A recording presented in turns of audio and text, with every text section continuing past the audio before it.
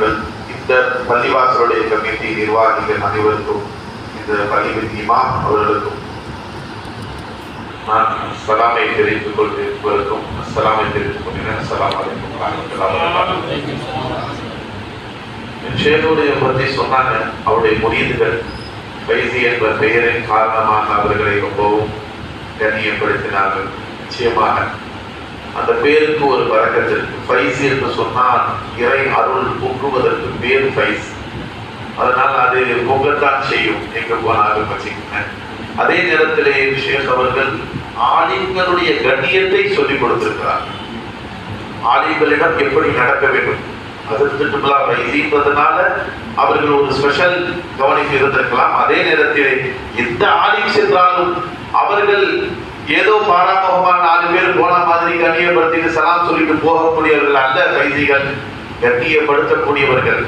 ஷேக் அவர்கள் அப்படிப்பட்ட ஒரு பண்பை கற்றுக் கொடுத்திருக்கிறார்கள். ரொம்ப கூட்டமான ஒரு மஜ்லிஸ், நெருக்கடி. அதாவது எப்படி சொன்னா ஒருத்தருடைய தொடை மேலதான் ஒருத்தர் கால் இருக்கும், அந்த அளவுக்கு நெருக்கடி.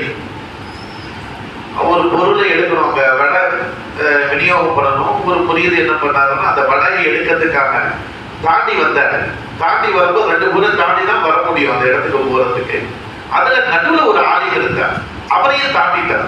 ஷேக் அவர்கள் கண் சிவக்கும் அளவுக்கு போக மாட்டான், சத்தம் போட்டான். ஆலிம் எப்படி நீ தாண்டுற, ஜாஹில் நீ எப்படி தாண்டுறன்னு கேட்டான். அந்த அளவுக்கு கண்ணியத்தை கற்றுக் கொடுத்தவர்கள். அல்லாஹ் பதில் செய்ய வேண்டும். அவருடைய அருளை அடையும் பாக்கியத்தை நம் அனைவருக்கும் அருள் புரிய வேண்டும். நண்பர்களே, அல்லாஹ் சொல்லும் போது நாம் ஷரியத்தை முஹம்மதியாவை நாம் பெற்றிருக்கிறோம், ஹகீகத்தை முஹம்மதியை தெரியாமல் இருக்கிறோம். அதன் காரணமாக தான் முஹம்மது ரசூலுல்லாஹ்வை அப்படி நேசிக்கணுமான்னு நினைக்கிறோம். சத்திய சஹாபாக்கள் அந்த ஹகீகத்தை விளங்கி இருந்தார்கள்.